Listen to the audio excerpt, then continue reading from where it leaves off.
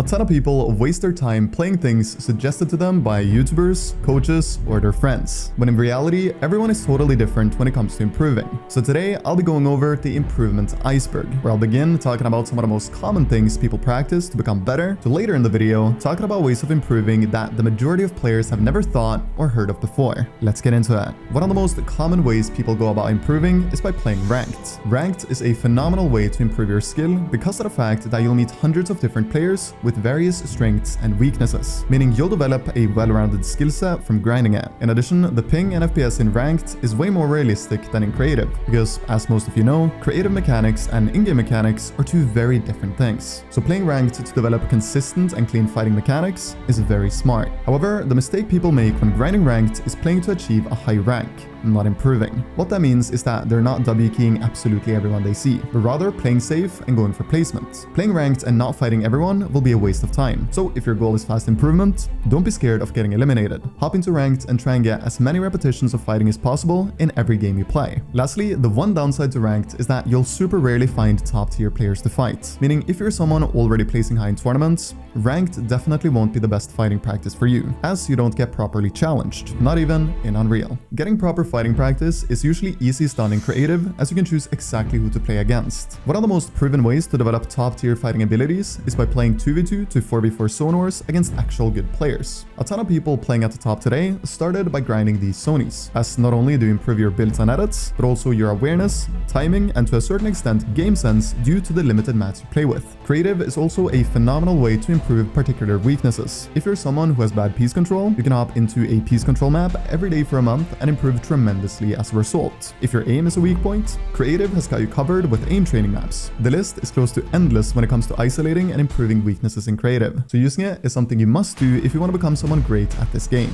It's also by far the best game mode to play for people with minimal time to play every day. If you have, say, 60 minutes to play, you'll find way more improvement in just playing Creative every day compared to trying to play ranked and customs, simply because of how much more repetitions you'll be able to squeeze in. Another way of almost instantly improving is by using software that reduces your ping and packet loss. Reduced ping will make the game quite a lot easier, and as a result you'll get more quality practice, and over time this will compound into you becoming a much better player compared to what you would have been if you didn't use such software. Packet loss as well is a major killer when it comes to performing, but luckily the program that I recommend, GearUp, has a new anti-packet loss feature that can get your packet loss down to 0. GearUp also helps your ping get noticeably lower and more stable by optimizing your connection through the use of uncongested network routes. When I use GearUp, I go from having a few percent of packet loss to instantly going down to 0, and it makes my game feel much more responsive. The beauty of GearUp is that it's effortless to use. With one click, you optimize your data and your ping goes down and stays super consistent. It's also used by pros like Asian Jeff, Mero, and Day, so you know that this is an app to trust. The cool thing is that it's also available on console. GearUp offers something called HyperEV, which is a gaming router that easily connects to your console and stabilizes your connection. If this sounds interesting, you can test out the GearUp booster or check out HyperEV by clicking on the first link in the description below. Right now, they're offering an extra day of their free trial by using code MARIN. Additionally, if you decide to subscribe, you'll get 10% off your membership subscription by using that very code. Next up, we of course have customs. Customs is when you queue into a game with 99 other competitive hungry players. These rounds can be played on all skill levels. You have open customs where everyone can participate, regardless of tournament results. You have customs for the top 2,000 players on the Fortnite Tracker PR leaderboards in big regions like EU and NAC. Then you've got customs for top 1k and top 250. If you're an already good player, customs is probably the most effective way to improve in terms of getting better tournament results. However, a lot of people play customs that haven't even mastered the fundamentals. What I mean by that is that they don't have consistent builds, edits, or aim. If this sounds like you, playing customs will be a waste of time, comparatively to grinding ranked or creative, because it is very much a way to practice game sense. And if you have terrible mechs, you'll develop a flawed understanding of what you can and cannot do in stacked matches. In addition, a lot of players that improve at a very slow rate from playing custom game matchmaking grind customs for hours a day, but sit still in a box looking at a wall. This, of course, is also ineffective. When playing customs, you must be active. You want to find a way to get the most amount of improvement out of every game you play. An example of how you can do that is by going into a match with a pre-planned early, mid, and endgame strategy. Playing customs and just playing on autopilot will not result in particularly fast improvements. A really effective way to improve by playing customs is also by simply just being aggressive and fighting a lot. Do not tell the Discord mods that I was the one to say this, but it's actually something you'll find highly beneficial for your individual improvements. As an average, the players in customs will be of a higher caliber than in ranked, meaning you'll get punished more often for the mistakes you make, and as a result, naturally improve if you consistently follow this strategy. After you've grinded some customs to improve your individual or team skill, it's important to have a look at what you did right and also what you did wrong by VOD reviewing those games. Very often, it's difficult to know what went wrong right as you go down, so hopping into replays and finding the reason behind every single death will help you improve at rapid speeds. A ton of players actually grind the game aiming to get good, but don't know the reason behind them going down 90% of the time, which is stupid if you ever want to go pro. Let me actually give you an example of why this is so important. Let's say player 1 plays 10 custom games and doesn't win a single one, and after he's played the 10 matches, he finds the reason behind every single death. 6 out of 10 times he died because he ran out of mats. He now knows that he needs to either find refreshes earlier or get better at using less mats. Player 2 plays 10 custom games and also doesn't win a single one. He doesn't VOD review a single game, and because of that, he doesn't find his clear weakness in stacked games. He goes on to make the same mistakes for the next month without making any changes to his playstyle. Player 2 will improve at a drastically slower rate than player 1. It might be boring VOD reviewing in the moment, but 1 hour of VOD reviewing can actually save you from tens of hours of failing unnecessarily. So if you're serious about improving, this is a must. On more or less the same note, you can extract major amounts of improvement from watching professional players play. By watching pros a lot, you'll find so many nuggets of smart moves you can adapt into your own way of playing. To add on to that, it's also really nice to watch pros if you can't be on the PC or console for a long time every day, because even though you're not actively playing, you'll still automatically improve your way of thinking. Before we dig into some ways of improving that pros don't want you to know about, we need to talk about the final way of improving at the top layer of my iceberg, aim training.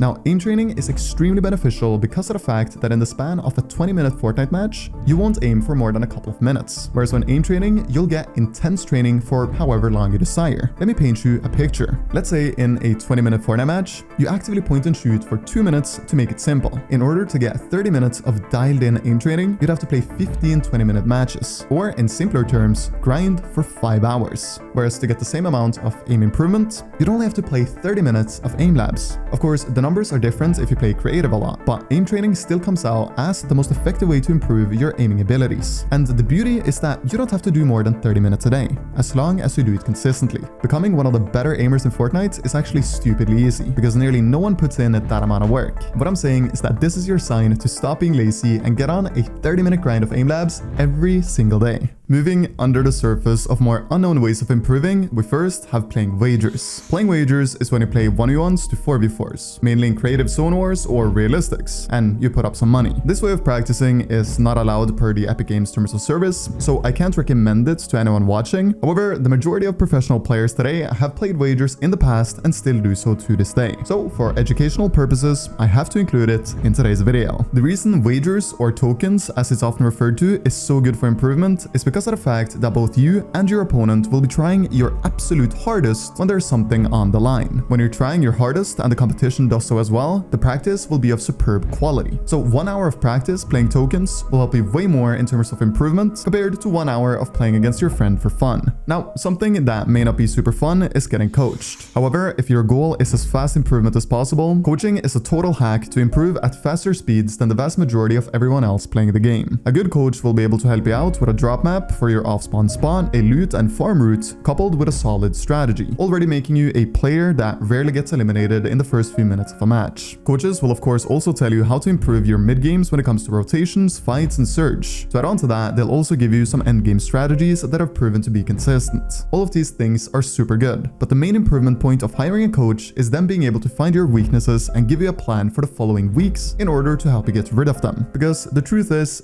finding your own weaknesses can sometimes be difficult. I do need to note that if you hire a coach who doesn't have a track record, coaching can also work in an ineffective way. Some coaches simply teach you the wrong way of playing the game or give you straight up ineffective ways of improving, so be careful who you hire. Some people may not want to use money on hiring a coach, and that's totally understandable. The good news is that being in a solid friend group can give you a lot of the same benefits. However, it can be a struggle finding good players to surround yourself with. So the question has always been, how do I get into a friend group of good players? The easiest way by far that that I've found is by using Twitter, or X as it's called today. Find someone around your skill level who doesn't have a lot of followers and just casually slide them a DM asking to run up some 1v1s. Then, if you feel as if there is a good vibe there, you can either make a friend group with that person where he invites some of his friends who probably plays at his level, or you might get lucky and he'll invite you into his friend group. Doing this is very easy, and just like with so many other things, it's a numbers game. If you do this 50 times, chances are extremely high you'll end up in a great friend group, where you can really see tremendous amounts of improvement long term. If using Twitter isn't your thing, you can also join Discord servers like Noble Opens in Europe or Monoscrims in NIC and ask in the general chat there if anyone want to play some 1v1s. I do believe that in these servers though, the players will on average be of a way lower caliber compared to those who actively use Twitter for competitive Fortnite. Alright,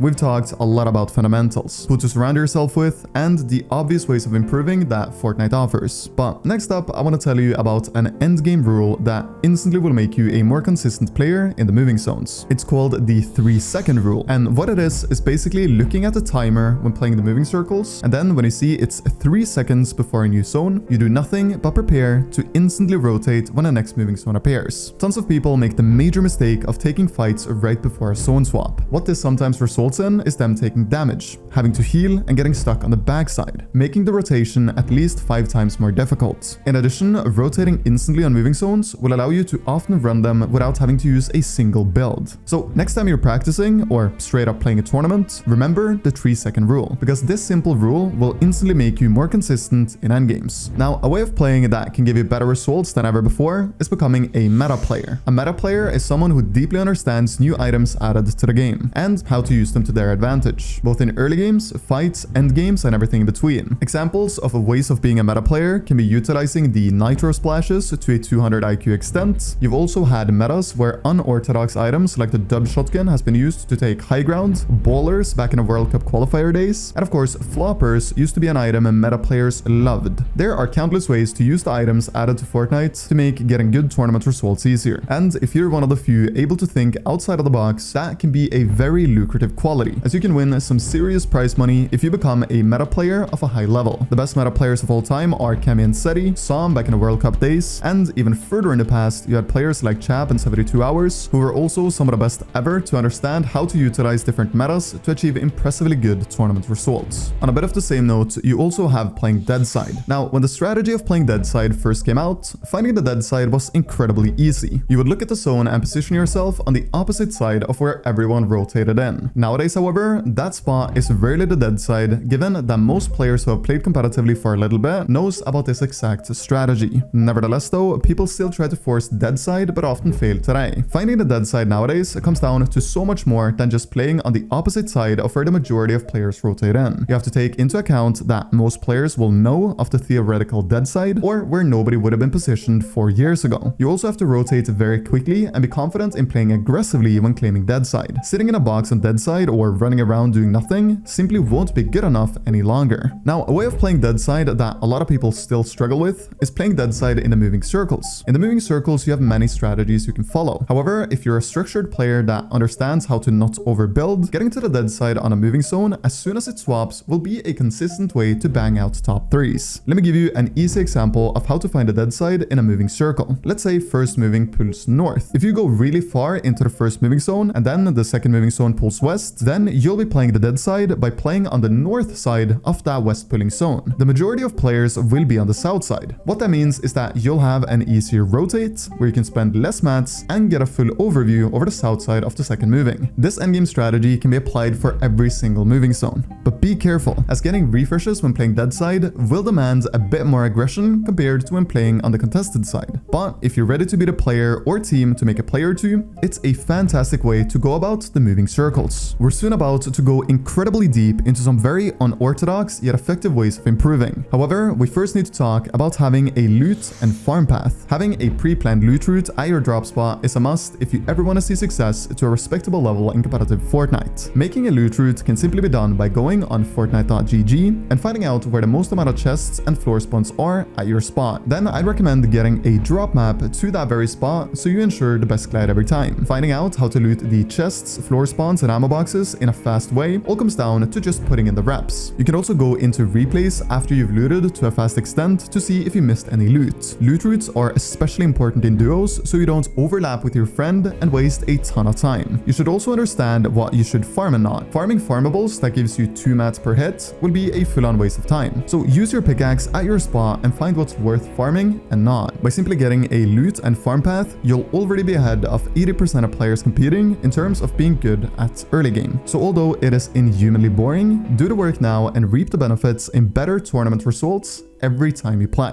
Now we're really going deep into unknown ways of becoming a better player. And one incredibly well-hidden secret is visualizing. What I mean by visualizing is simply going into a replay and looking at a professional team. Then you find them doing something you're bad at. For example, first moving zones. Before you play the replay to see how the professional players play it out, you want to have it paused and think how you would have played that exact situation with those mats, weapons, and heals. Then when you visualized exactly how you would have done it, you play the replay and find the differences. If they play it totally different compared to how you would have played it, you try to find why. If they play it exactly how you would have played it, chances are your game sense is already at a high level. This way of using your brain and visualizing when VODing professionals can be used for everything: fights, early games, and mid games. It really activates the brain and will make you a smarter player without even having to play customs. So if you're struggling in competitive events or fights in ranked for that matter, try this strategy out, because trust me, it's effective. A super weird way of becoming better is playing Counter-Strike 2 to get better aim. Now this may sound ridiculous, but given how precise you have to be in order to consistently perform in a game like CS, the aim aspect transfers surprisingly well to shotgun aim in Fortnite. To help you understand that I'm not by any means joking when talking about this tip, you have players like Thomas HD, Candy, and Flowis who all played CS when performing at the top in Fortnite competitive. And the quality that made all of these players some of the best was their aim. Now, of course, in order to develop insane aim from playing CS, you need to put in a few hours into that game and understand the fundamentals of it. It's not a magic formula to get insane aim after 1 hour, but if you are to enjoy any game outside of Fortnite, let it be Counter-Strike, because it will benefit you. Valorant will also help you a tiny bit, but it can't be compared to the likes of CS due to the fact that it's much easier to aim in Valorant. You know what else is easy? Being consistent when playing the space in moving zones. Now, you may wonder, what is the space? The space is a term I use for when the moving zones open up and creates a dead side. Now, the dead side of the space is different to the dead side of having gone all the way into the previous moving zone due to the fact that the space is covered in the storm until the middle to end of when that moving zone pulls. Now, to just show you a picture to make it easier to understand, here is the space on a smaller moving circle. In between the red lines is where the majority of players will rotate, whereas the people who know about the space will make their way down towards the black line and keep building towards the south side, as they know that that spot will be 100% uncontested. Another example is on the second moving, or the longer moving circles. As you can see here, the space is massive, and if you can be the team playing to the southmost side on the zone, you'll have an easy time in making this rotate. Again, much like when playing Deadside and moving, you have to be confident in making plays when following this strategy, as due to the fact that nearly nobody knows about this endgame strat, there won't be a lot of free ilims. You have to be the aggressor and fighting for them. Next up, we have the most important improvement tip for all IGLs watching. I'll give you the tip behind understanding IGLing to a better extent than 80% of players minimum. And that is that you can make a fantastic call and still get eliminated. Let me explain. If you make a call to go for a fight on Deadside and on 200 HP because you've tagged both players you're fighting white and you end up getting eliminated, that wasn't a bad call at all. The execution of that call was simply bad. And that's where a lot of people go wrong. They think just because they get eliminated that the call was terrible. This really couldn't be further from the truth, and if you have this mentality, then you'll never be a great IGL. Let me give you another example. Let's say you and your duo are playing a moving circle, and you get 2 refreshes that give you 1500 mats each, and you see that high ground is on nothing but wood. You make the call to fully commit to going for high ground. However, you end up dying. Was going for high ground a bad call? Absolutely not. If you understand this mentality and can objectively look at the calls you make, regardless of outcomes, you'll over time evolve into one of the better IGLs in your region. So in the following weeks, when you play customs, look at calls from an objective standpoint. Make calls based on what you think are good plays. If you get eliminated going for those calls and you know within yourself that that was a really good shout, then you got a lot of practice when it came to the execution of that call. So it was a game well spent, even though you got sent back to the lobby. In short, a call can be fantastic even though you get eliminated. You might just not be good enough at executing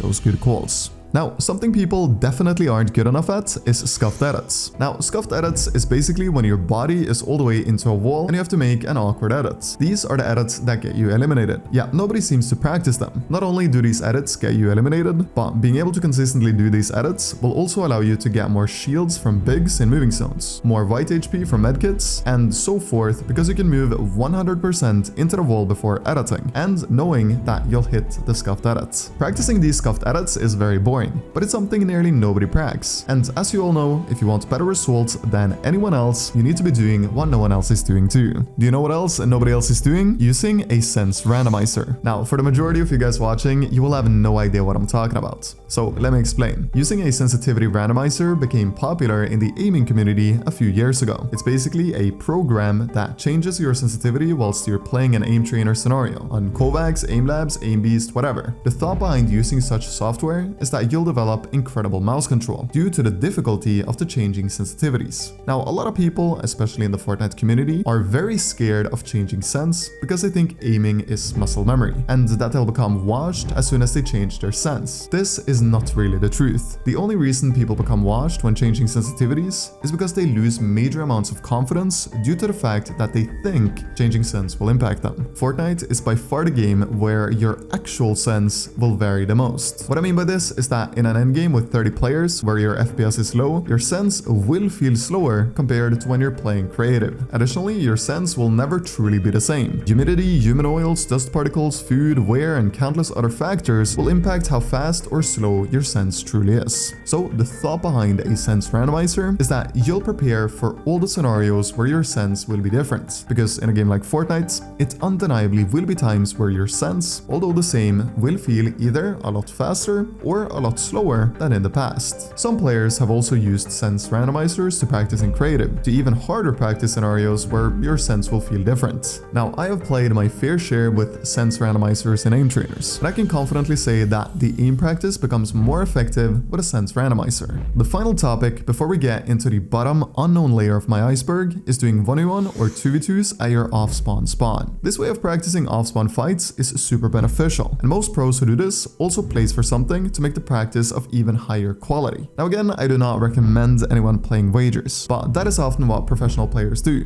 You can also play for something called forfeits, which means the losing team has to do something embarrassing. Having something to play for will make both teams try even harder, making the practice more effective. The way you do these 1v1s to 2v2s is by having a custom key and queuing up with the players you're going to fight. You could also do 2v2v2s or 1v1v1s. Getting a custom key demands having 1k followers on any social media basically. So chances are high you are either eligible already or that one of your friends already have it. It is time for the final layer of ways of improving. Some methods that nobody yet follows, but the few who does will be at the top of competitive in the future. The first thing I want to talk about is timing. Now, what I mean by timing is finding out how many seconds it takes for you to 100% loot a building, how long it takes to go from building A to building B at your drop spot, and how long it takes to get to power positions around your off-spawn spot. Of course, you can find the timing of everything, but due to the fact that it demands a bit of boring work, this is something almost nobody does. And naturally, this way of improving is worthless if you don't already have the fundamentals. If your mechanics are terrible and you miss every shot, then spending time on understanding how long it takes to rotate from point A to point B will be pointless. But to those of you watching who have the needed fundamentals to succeed, but don't, spending some time on understanding the time it takes to make various rotations will almost instantly improve your game sense. Because truth is, most players are clueless when it comes to how long rotates actually are. Something else people are clueless about is mouse movements. And the majority of players don't understand how small and clean mouse movements you can really make to perform edits and builds. Now, for some reason, people think the more you move your mouse, the better player you are. This couldn't be further from the truth. Let me show you how small mouse movements you can make to do some common edits. First, we have stair edits. To edit a stair, simply look at the bottom right of this rectangle and drag your mouse to the top left of this rectangle. A mouse movement you can make by moving your mouse 1 millimeter. To edit a half stair, begin at the bottom of this square and make your way to the top of the bottom one. Understanding and practicing these small mouse movements will not only make you a faster editor than like 95% of players, but you'll also also more easily be able to have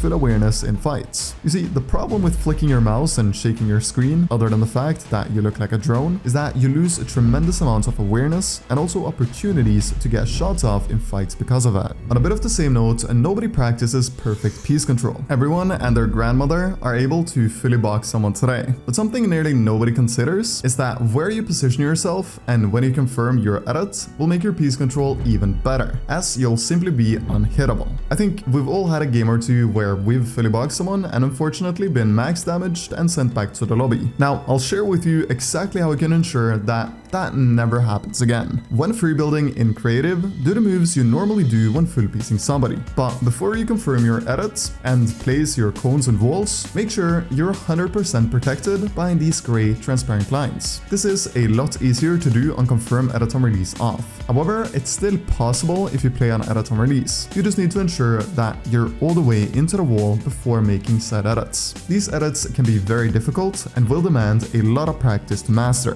Do these drills very slowly in creative to begin with to ensure that you're actually protected. By doing it slowly and being accurate, you'll build a muscle memory around perfect piece control, a set of skills only the best of the best have today. And as the weeks progress and you keep doing this every single day, it will become more and more natural. And one day you'll wake up, W key absolutely everyone, and be one of the better fighters in your region, because that's the entire point with building this muscle memory, making it natural and adapting it into your normal way of playing. Now, since we're talking about becoming a really good fighter, I need to share by far the best way to get quality practice and improving your fighting abilities. It is by W keying everyone in tournaments. Now, 3 hours of W key practice in tournaments where everybody is trying their hearts out is worth at least 9 hours of playing ranked. This is because in tournaments you'll need players of a way higher caliber compared to those who play Fortnite's normal modes. And as you know, even in Unreal, the players in ranked are often really bad. I totally understand that some of you may not want to W key tournaments since you're grinding good placements, but tournaments like the Performance Evaluation Cup is perfect for players around the 0 to 10k PR mark to get some superb W key practice. This is due to the harsh reality that chances are slim that you'll qualify to finals anyways. And in addition, if you do, you'll probably only win like 1 out of 100 games in the finals because of the amount of pros playing. It is crucial to be good at fighting in 2024, and if you've been playing the game for a long time with little to no success or improvement, it is time to make a change. So set a 12-week plan where instead of going for better tournament results every week,